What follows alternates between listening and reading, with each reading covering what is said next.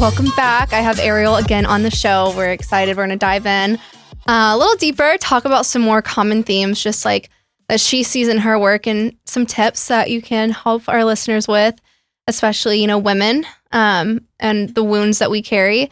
And I also want to get into how a lot of past life things that we didn't choose can affect us in this lifetime, because that was a big thing. Like do you remember that one day that you cleared guilt on my father's side that I had? And I was like, I don't know where this is coming from. And then you were like, tapping my body like you do. And then you like figured out where it was, and you pulled my hand, and then you're like, this is not even from you. Like this is from your dad's side, like years and years and years and decades and generations ago. Mm-hmm. So epigenetics is a real thing. And we have the blood of our ancestors in our veins. It has taken just in the last 400 years, there was 4,000 people who had to come together for you to be here. And 4,000 people come together for me to be here. There's 8,000 people between the two of us as we sit right here. Wow. Right? And so the thing is we are our ancestors' greatest dreams. We are what they dreamt of surviving, why they fought so hard to survive, is for all of us to exist the way we are now. And so it is an honor to be able to process the things that they weren't able to process because they were not safe enough to process. The fact we even get to have these conversations about emotions, the fact that we even get to dive into this kind of stuff is a privilege in itself, because there's many people on this planet that do not have that privilege because they are not physically safe. And so the fact that we're physically safe enough to be able to dive into all of this stuff is an honor, truly is. And so with that, it's like we hold memory in our blood. There is some research that shows that just one drop of blood can hold over a terabyte of data, right? So generations upon generations get passed down information. Yes. So if you have a blood transfusion, does that mean you're going to carry other people's? I'm so curious about that. I mean, I think that with organs too, right? When you do like an organ transplant and people are like, I have dreams of the other person. It's like, there's so much phenomenon that in this world that we do not understand or get that blows my mind. Yeah. And I do not claim whoever gets my blood. I've donated a lot. I'm sorry.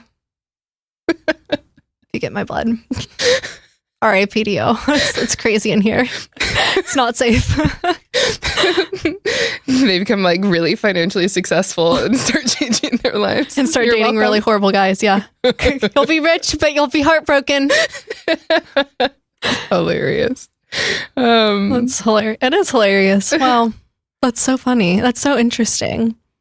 Yeah. And like blood also has water in it, and the water is like so deeply magical. Water is so deeply magical. I agree. And how it can hold memory, and we can there's so much research around programming water and what that means. And so when we're speaking to ourselves, when we're healing stuff generationally, we are not only healing for ourselves, we're healing for the generations before us and the generations after us. And that's getting a little woo, right? Like I you know me. I'm a little woo-woo, a little science. I'm a little woo adjacent. Like I fuck with the woo, but I also am like deeply science-based with like sprinkles of woo, because I do think that there is many phenomenons that we don't understand. There's many and it's all energy. And I was talking to someone the other day about how, everything that everyone believes in, it's all really the same thing. It's all energy. It's just what they want to name it. God, whatever. And like, I believe in God, but I also believe in frequency of, what we say, what we do, what we put out there. Prayers are manifestations. Like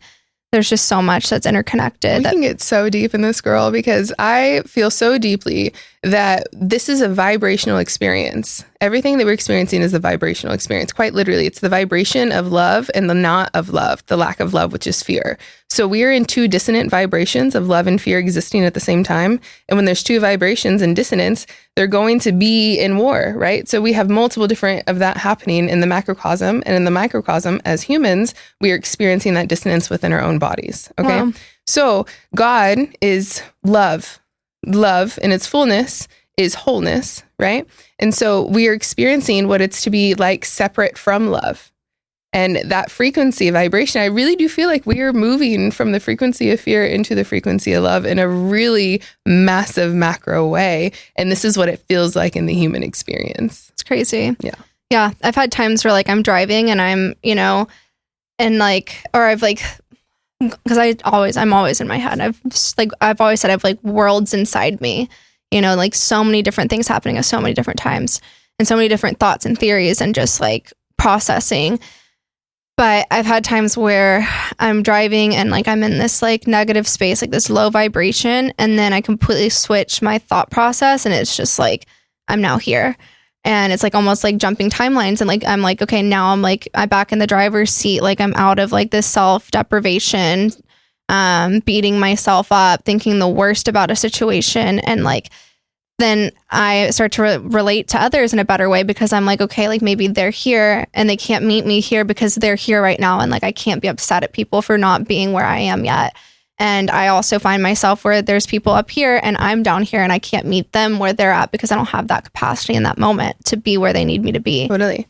I witnessed this. I'm training for a high rocks competition in April.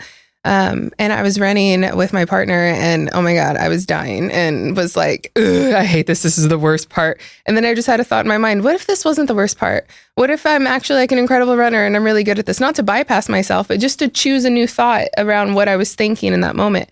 And my body started moving with more ease. I had more breath. I went faster and quicker. I didn't all of a sudden grow new muscles. I didn't all of a sudden get some Red Bull from like 2012 from my liver that's been stuck there, just all of a sudden burst out and give me energy. It was quite literally a mental change that changed the way my body was able to move. Yeah. And the power of the mind is so important, not to bypass our physical experience. This is like a really important nuance that it's not about bullshitting yourself or trying to bypass what's actually physically happening. We use our emotions to inform us of what we're experiencing. And then from that information, we get to make choice.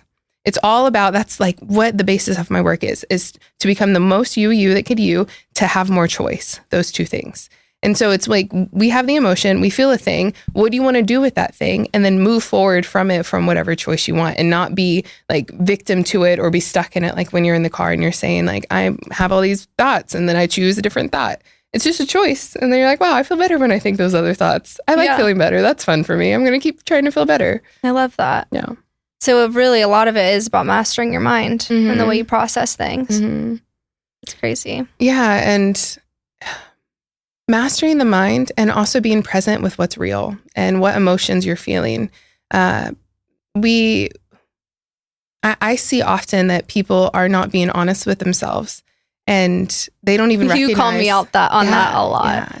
Most people don't recognize that they're not being honest with themselves, that they're feeling something and then they don't want to feel it because that feeling will mean something, that it won't end or it's too much for them. When a feeling, an emotion is a chemical that moves through the body, it moves through the piezoelectricity in the system through the fascial tissue. It takes 90 seconds for the chemical, the emotion to stop. What happens, the reason why the chemical keeps happening is because we add story to it. So when we add story, that thing can last forever and ever and ever. We validate it. It gets stored. We feed it. It becomes a frozen part of us. And then it just gets stuck. And then we just keep looping that thing over and over again.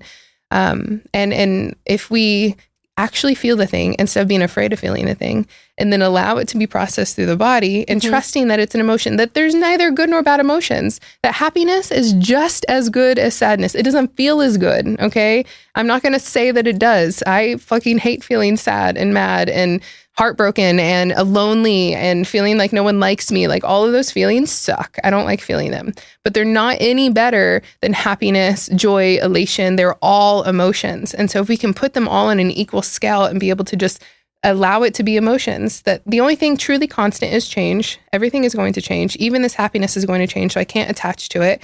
And the sadness is going to change and I can't attach to it. And if I don't add a story to either, I can stay in the space of being able to not let the emotional experience dictate who I am or how I'm moving through the world.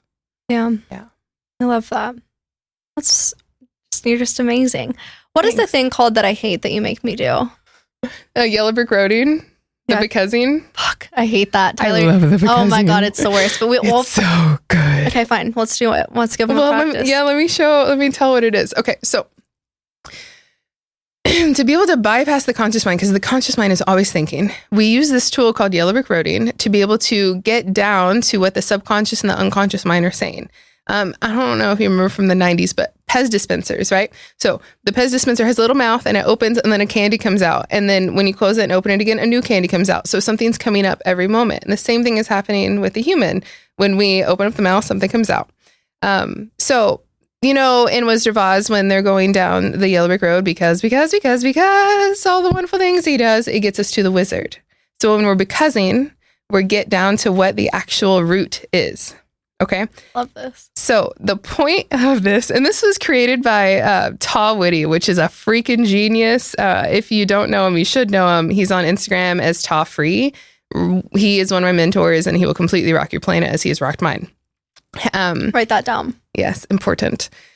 So the rules are, you cannot think. Your job is not to think. Your job is only to say the very next thing that comes to your mind, to not judge it. It doesn't have to be grammatically correct.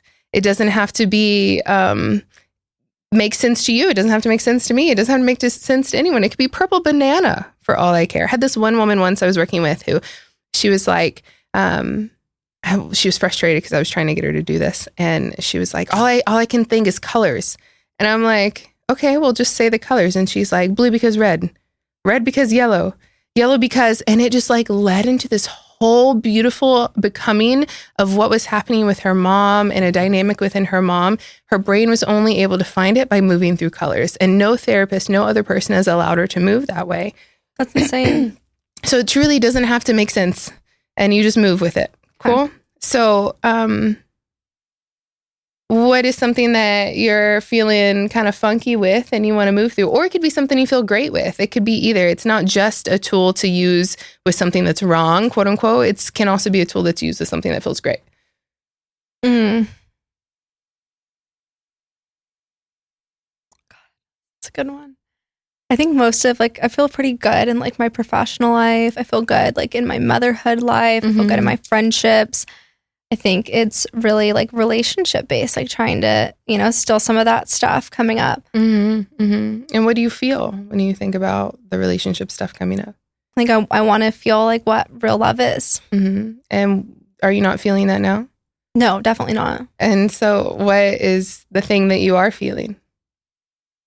Disappointment. You're feeling disappointment? Yeah. So I want you to say, I feel disappointment because... Feel disappointment because I thought it'd be a lot easier for me. I thought it'd be a lot easier for me because... I thought it would be a lot easier for me because I think I'm pretty awesome. I think I'm pretty awesome because...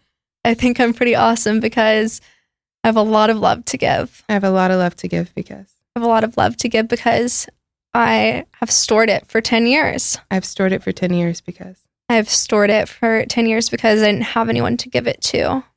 I didn't have anyone to give it to because... I didn't have anyone to give it to because the person I was with didn't deserve it. The person I was with didn't deserve it because... The person I was with didn't deserve it because they didn't know how to love me. They didn't know how to love me because... Oh, God. Here we go. The deepness is happening. They didn't know how to love me because they did not love themselves. Go ahead and take a deep breath for me. They didn't know how to love themselves because... They didn't know how to love themselves because... I don't know, we would have to ask him, right? Maybe. Is that the first thought that you had? Yeah. We would have to ask him because... We'd have to ask him because I am not him. I'm not him because... I am not him because I am me. I am me because... I am me because God made me me. Yeah, cool. Breathe right there. Okay. So whenever we're doing this work, there's multiple different times in which we can take a different path, or we are in a stopping space. Whenever a person gets back to unity consciousness or into that awareness that you just got to, that is the end of that subconscious pathway. And so now when you're thinking about love and not being present the way you want it to, what are you feeling now? More at peace. I feel at peace because... I feel at peace because I know that I can't make someone love themselves so that they can love me. I know that I can't make someone love themselves so that they can love me because... Oh, God, hang on. That's a tongue twister. I know, you were the one who said it. Tyler loves you. Wait, what did I say? I know that I can't make someone love themselves so that they can love me because. I know that I cannot make someone love themselves so that they can love me because they have to find it within them. They have to find it within them because. They have to find it within them because that is their journey. That is their journey because. That is their journey because that's their journey and not mine. It's their journey and not mine because. It's their journey and not mine because I'm not responsible for taking on the burden of their emotions. I'm not responsible for taking on the burden of their emotions because. I make it harder for myself by talking too much. You're good, girl. I make it harder on myself because fuck my life. Oh, I forgot what it was too. Wait, what was it, Tyler? Oh, it's their journey? Yeah. Their emotions are not my burden. Yeah. Yeah. Was that it? Yeah. Yeah. Their emotions are not my burden because I have to focus on my path. I have to focus on my path because. I have to focus on my path because I am the only person that will always have me. I'm the only person who will always have me because. I am the only person who will always have me because it's how it's been. That's how it's been because. That's how it's been because nobody has ever made me feel safe enough to not. No one has ever made me feel safe enough to not because. No one has ever made me feel safe to not because they just haven't. They just haven't because. They just haven't because maybe I haven't met the right person. Maybe I haven't met the right person because. Maybe I haven't met the right person because I'm attracting the wrong ones. I'm attracting the wrong ones because. I'm attracting the wrong ones because I don't feel safe to attract the right ones. I don't feel safe to attract the right ones because. I don't feel safe to attract the right ones because it's scary. It's scary because. It's scary because I can get hurt. I can get hurt because. I can get hurt because it's actually like supposed to be good. It's actually supposed to be good. It's actually supposed to be good because it just seems like it was like, a good situation. It just seems like, it was such a good situation because. It seems like it was such a good situation because they were everything I thought they were supposed to be for me. They were everything I thought they were supposed to be for me because. They were everything I thought they were supposed to be for me because we just vibed. Let's pause there for a sec. Okay. Good work. Thank you. Mm-hmm. See, Tyler, would you not crash out with that? You learned so much about yourself. You learn so much. What this whole thing is about, babe, is learning about who you are and how you move through the world. It's so powerful. Yeah, it is. This whole life experience is fascinating. It really is. Really be Ariel, to really fully embody who Ariel is a fascinating journey because how many times do I want to not be her is also fascinating, right? Yeah. And I want to speak on something that you mentioned that was there, right? So did you see how all of this was underneath the peace that you feel about attracting a person? Like, it's like, oh, there's so much peace around that. And also there's like things that I'm noticing underneath it, right? That one of the, I heard this recently, one of the most successful golf players, they were interviewing him and asking him how he wins so much. And he said, to know that losing is possible. I was like, yes, that is such a powerful answer. That the idea that we're not going to get hurt is stupid. Bullshit ourselves because we are going to be in interpersonal relationships for the rest of our lives. As long as you are in a human body, you are going to be doing two things. You're going to be coping and you're going to be relating. And in that coping, there's going to be fight, flight, freeze, fawn. And then there's going to be relating to other people and then making choices around that. And in that, we can get hurt. We're humans. Hurt is possible. Happiness is also possible. All of those are possibilities. And so when we try to prevent ourselves from getting hurt, we're actually preventing ourselves from being happy. I just thought of something. Yeah, babe. It's like getting a dog and you know your dog's going to die. Yeah. Like, like when you go get a puppy that you're going to watch that animal die one day. Yep, totally. And yet you still choose it. Why? Because of the happiness. Mm-hmm. Yeah, I had a client I was working with who had a fear, like a deep fear around like, man, I'm going to be like 70 and living in a home and so alone. And I can see it happening now. Like I'm so lonely. And I'm like, that is a possibility. Yes, that could happen to you 100%. It's not the only possibility. It is the only possibility if you're so afraid of it, because you will make that happen for yourself. But if it's one of the many possibilities, just like losing is just one of the many possibilities, just like getting hurt is one of the many possibilities, it's not the only one. Why the fuck did I master like the professional business side of my mind, but then when it comes to love? Because that's easier, baby. It's so much easier. It's so much easier to work on money, and it's so much easier to work on business when we have to face the parts of ourselves that like vulnerability, like that. Yeah. Because it involves other people in a really deep way, and it involves our self-worth, and it involves our ability to be loved and love others. And the deeper we get into relationship, the more tripwires go off that trigger our childhood shit. And so then we have to mirror ourselves, see ourselves in the other person, see the parts of ourselves that we don't love or that we're afraid of somebody else loving. Oh my gosh.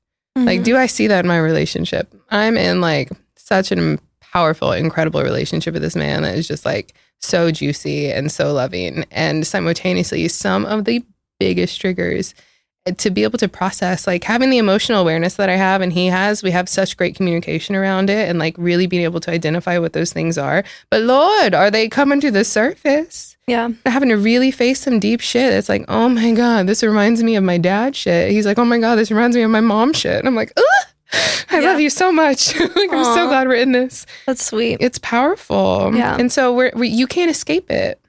You can't escape hurt. You can't escape love.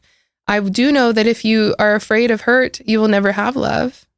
That's for sure. Damn. Because all relationships end. All of them do. Whether it be in 5 months, 5 years, or 50 years, everything will end. Watching my grandmother be at the bedside as my grandfather was dying was one of the most heartbreaking things I ever had to witness. Watching her watch her best friend die was so terrible. That is the deepest hurt. That is the deepest pain. It wasn't, breaking up with somebody. It was watching your best friend that you've lived the last 50 years with die. Fuck. Yeah. Right? So it doesn't matter. All relationships will end. So it doesn't mean that relationships weren't successful. They were successful for the time that they existed, and all of them will end, just like the dog will die. It will happen. So to try to prevent it from happening keeps you from the love that is available. That you could have. Yes. Yeah. Period. Because. You're right. That's so wild. It was deep. Good job. That was so deep. Mm-hmm. No, it's true. I think relationships, they are so hard. And like, kind of something I told you is like, I feel like I'm like not as much anymore because we've done so much work. But like, I was 19 when I got into my relationship with my ex-husband. And I kind of just like completely shut off myself from any romantic, emotional feelings. Like, it was a very loveless marriage, a very loveless relationship. I was very focused on my career. I'm very thankful for it because it gave me my career. If I was in love and with somebody that I felt safe with, I would have probably not worked as much as I did to escape, like work was my safe place, not him. And anyways, so with that, it's like, then I get divorced, and, that was 10 years of my life. Again, no regrets, because everything happens for me, not to me. I was given my son and my baby and my business is what I say. My career and my child, that was what that gave me. And I'm so... Baby, business, and boobs. Yeah. Yeah. There you go. Yeah. And, that was a great thing. But it's like, then it's like, now I'm picking up where I left off before him. And I felt like this 19-year-old version of me that was just begging for someone to see me for who I am, and attracted to the types of men that I was attracted to when I was 18. I'm now a 28-year-old mother and a badass businesswoman. Like, that's not, like, I'm not fucking eating ramen noodles anymore, right? Like, why am I trying to do that with men? It's like, I've leveled up in everything in my life, and why am I still playing with boys and not men, right? And it's because I hadn't processed a lot of that relationship stuff. I didn't have the tools because I never worked on them. I'd always worked on stuff that related to business and like self-image with my career, but not intimacy in that way. Totally. And there's so much to speak around in men and our relationship to men. Men are awesome. I love men. I love working with men. I love dating men. I love being friends with men. Like, men are so cool. And there's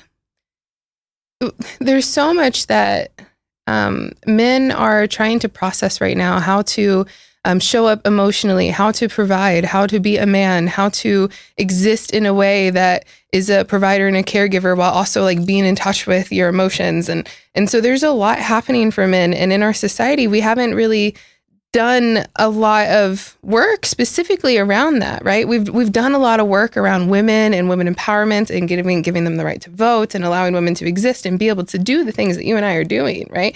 Like, we have done so much work around that. And I think right now we're in the space of supporting, catching men up to, it's like, hey, you get to have feelings. It's safe for you to feel too. And it doesn't make you weak to feel. And I think men are in this space of really trying to figure out, I'm not a man, so I'm not speaking from a man's space, right? But just from my projection around what I see is that we're in the space of trying to get men to feel safe to express themselves and also be able to be what we're wanting them to be. Like, you know, like what you're looking for. You're not looking for a boy. What does it mean when you say you're looking for a man? What are you looking for? Emotional intelligence, someone that has depth, can process, doesn't react out of a fear-based mindset, someone that can commit, be reliable, be somewhere when they say they're going to be somewhere, not play games, because that's like a big thing. It's like this like runner chaser game that everyone wants to play, you know?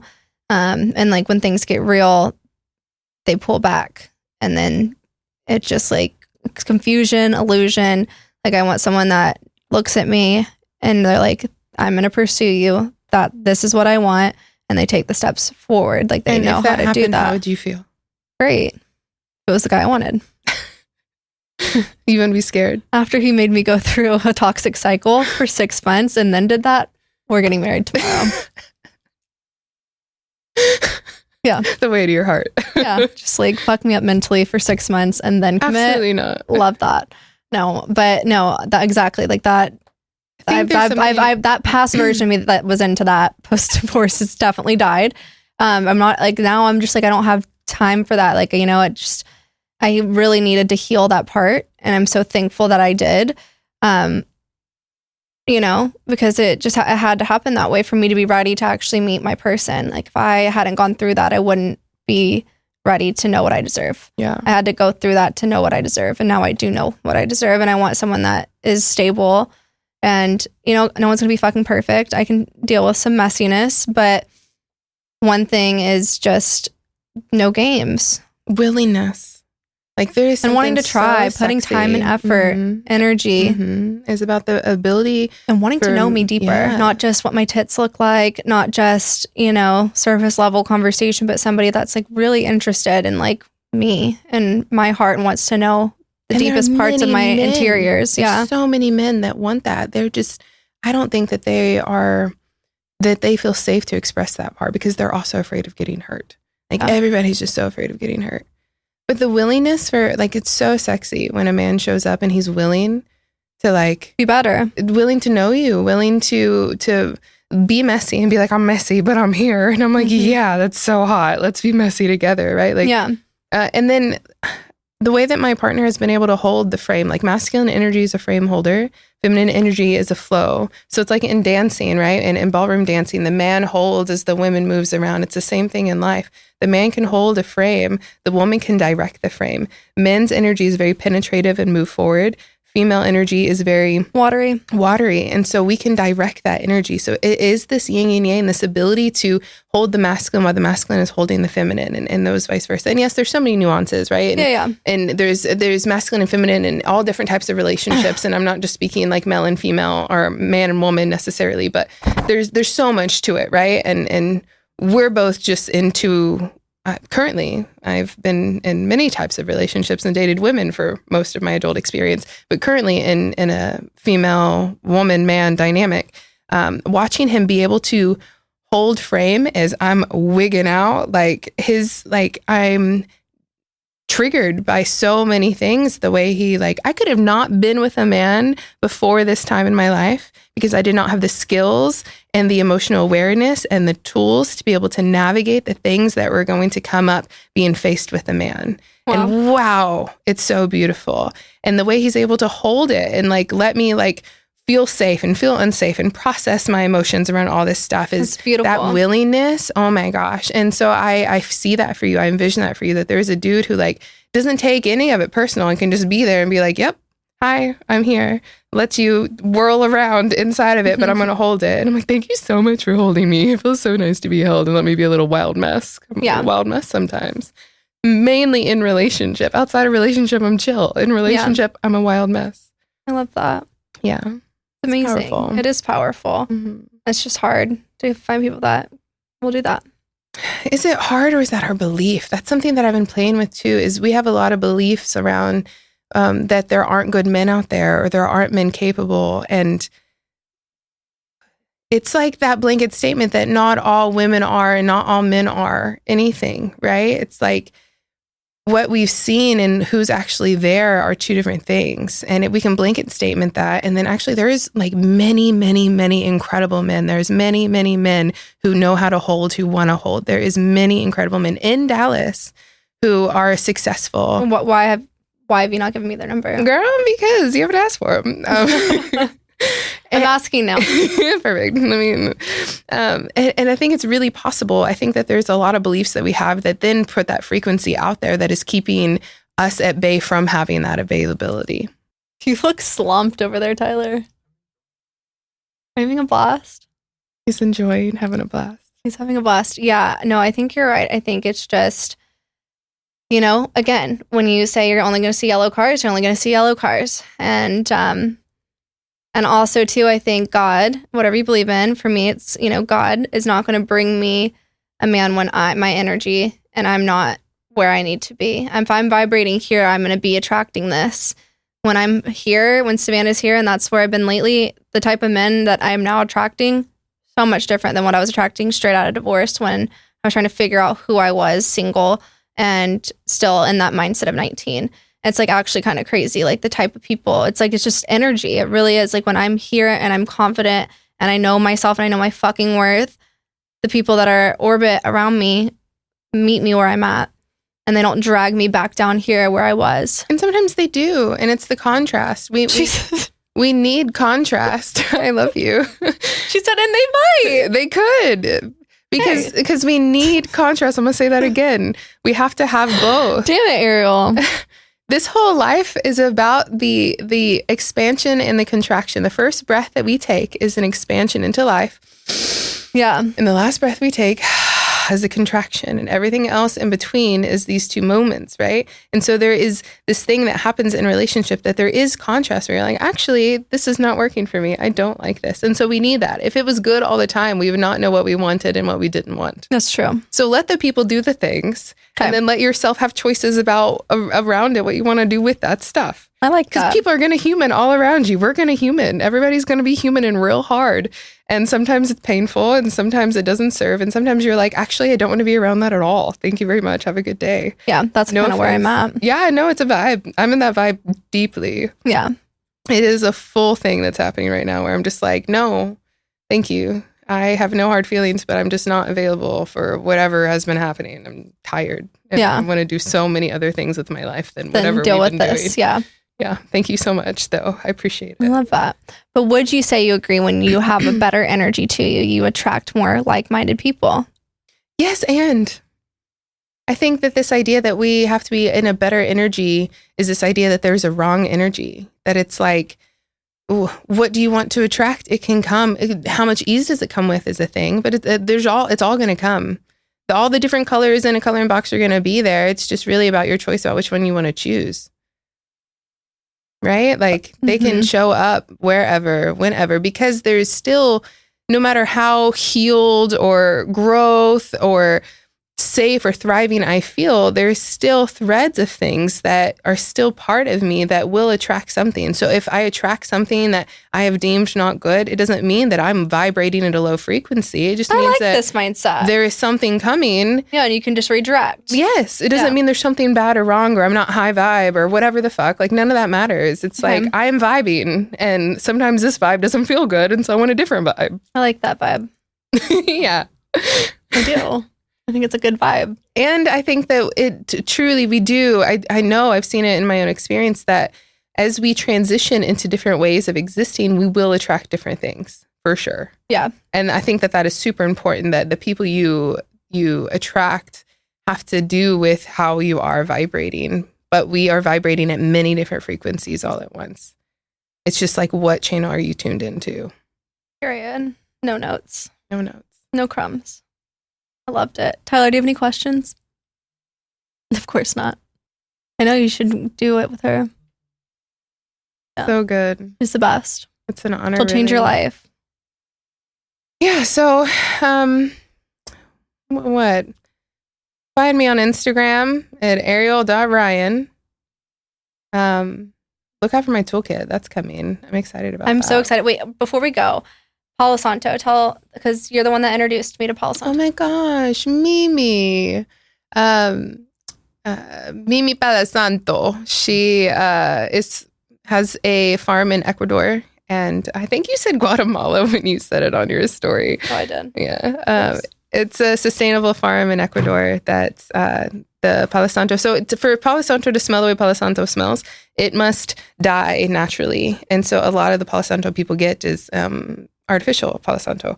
And it takes like 7 years for that whole process to happen. And very powerful. And it is like sage is the Native American version of energy clearing. Palo Santo is like South American version of that.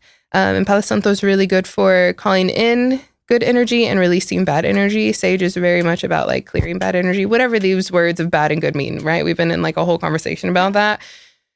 So take it or leave it, however you want to take it or leave it. Yeah, great. You have it with your name on it, which I think is super freaking cool. Yeah, we vibe with it all. We love it. It's good stuff. It smells amazing.